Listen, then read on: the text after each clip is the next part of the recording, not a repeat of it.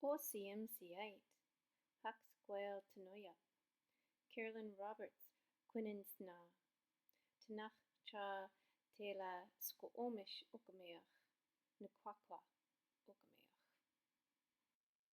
It was such a great honor to be in this course, and with the help of Lisa and Rebecca, I was able to learn the traditional Squamish language, which is my ancestral language, to introduce myself. This is such a huge thing for me as a child of the 60s scoop. For me to be able to reconnect with my language is a big step.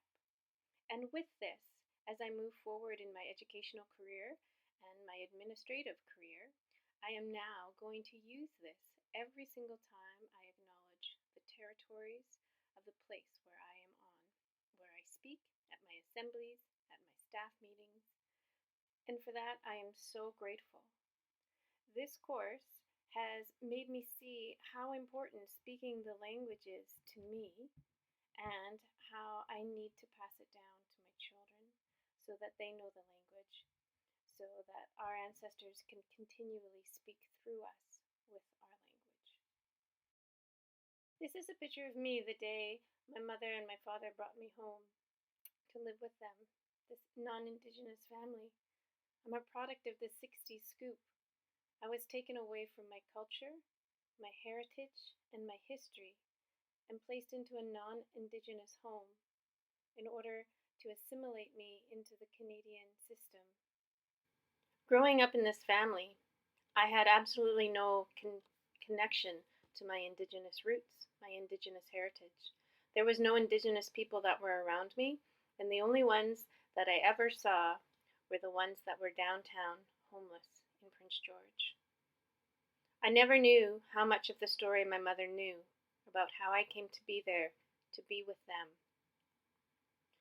She never told me the whole story, and she always used to tell me that I was just borrowed and that one day she would have to give me back. So it makes me wonder what she knew and how much she knew about how that came to be. But it's not a question that I can ask now, since both my mom and my dad have passed on, so it's a question that I'll never get answered.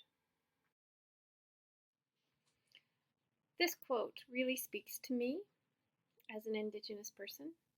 The language revitalization movement is passionate, political, and deeply personal, particularly for many Native people who are acutely aware that the federal government's attempted genocide was the direct cause of Indigenous language loss.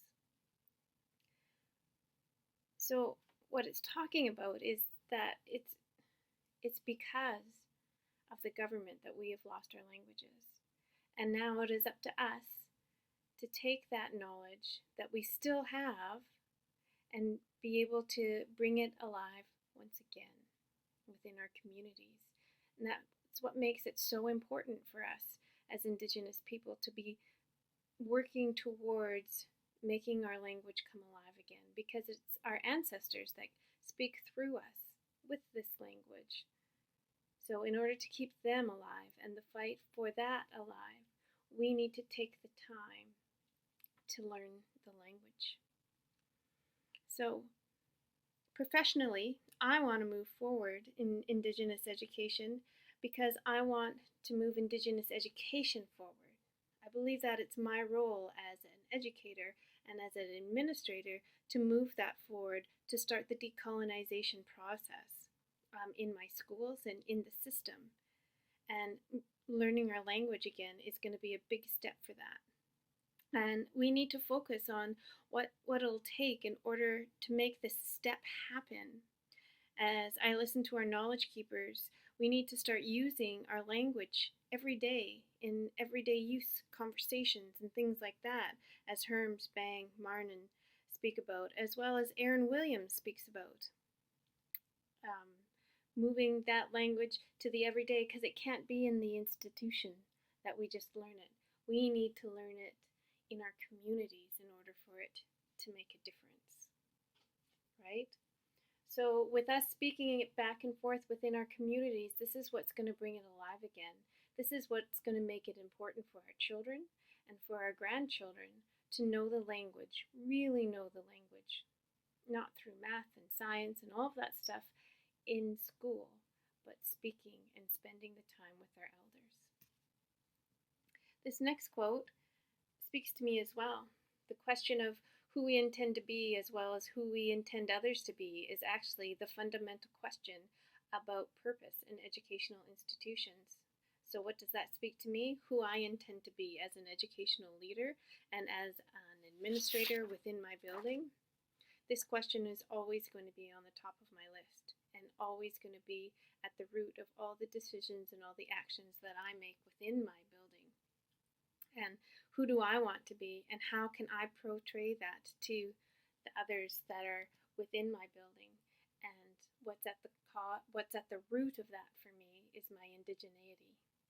And me bringing that to the table, me being visible within the school as an administrator, me being visible in the school district as part of the district leadership team makes a difference for all those other Indigenous people around me so that they can take that step forward too. And with the fact that I'm starting to be able to use just a really small amount of our language within my practice as a teacher and an administrator allows other people around me to start using their language within their practice as well.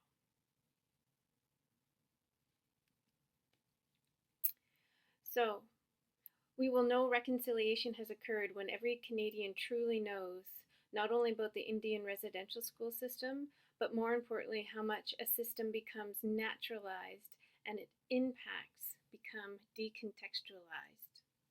This also speaks to me within my educational journey, within all of what we're learning here in the master's program. If our goal really is to be decolonized and decolonizing our system, we really need to take it back to what it means to us as Indigenous people. How are we going to educate our Indigenous youth to be strong members of society, and how are we going to make that shift happen? I believe the shift is starting, and it's going to be a long process and a long journey, but with people within our system that we can go to that are still there, our knowledge keepers and our elders, we need to keep them as a resource in order for us to learn. And they're happy and willing to share with us their knowledge so that it can be passed on. And that's what's important.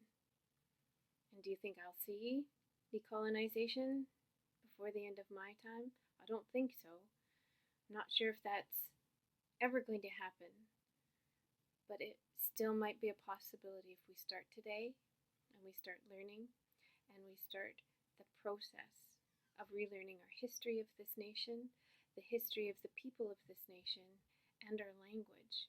If we can move this forward, then it might be a possibility in the next generation with my children. And that's my hope in moving education forward for my children and for my grandchildren. Which brings me back to this memory of the Sundance on how we can start teaching from the land and learning from the land and learning from our ancestors through this poem that I found. It tells it perfectly. It's called 7 Generations Yet to Come. We are First Nations women who reach back and reach forward between generations. We bridge past, present, and future success through a learning process of reflection, experience, and self-direction. We present our family stories and teachings to our children. In turn, our children extend them to their children. In doing so, we continue to pass on valued learning and leadership traditions to the 7 generations yet to come. As long as the sun shines, the grass grows, and the river flows, we are forever learning. And this is my hope, that we are forever learning and forever moving forward in decolonization, bringing back our culture, our language, and who we are as Indigenous people.